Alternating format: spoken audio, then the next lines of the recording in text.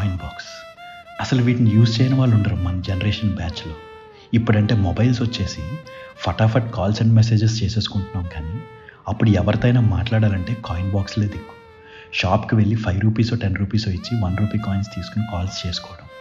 Last 5 seconds ఉందనగా రూపాయి coin వేయడం భలేగా ఉండేది.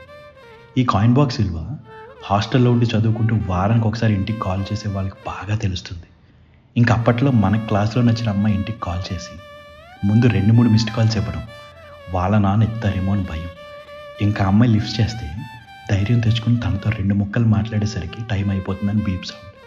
అదృష్టం బాగుండి రూపాయి కాయిన్ ఉంటే వేయడం, లేదంటే నిమిషానికే కట్ అయిపోవడం. ఇప్పుడు గంటల తరబడి మొబైల్స్లో మాట్లాడుకున్నారని ఆనందం ఏంటో. అప్పట్లో కాయిన్ బాక్స్లో ఒక్క నిమిషం మాట్లాడుకుంటే చాలు, చాలా బాగా అనిపించేది. తను మాట్లాడుతుంటే టైం అయిపోయి ఇంకా మన దగ్గర రూపాయి కాయిన్స్ లేకపోతే మోస్ట్ హార్ట్ బ్రేకింగ్ మూమెంట్ అదైతే. ఇలా కాయిన్ బాక్స్ లింక్ చేసుకుని నాకు తెలిసే చాలా ప్రేమ కథలు స్టార్ట్ అయ్యాయి.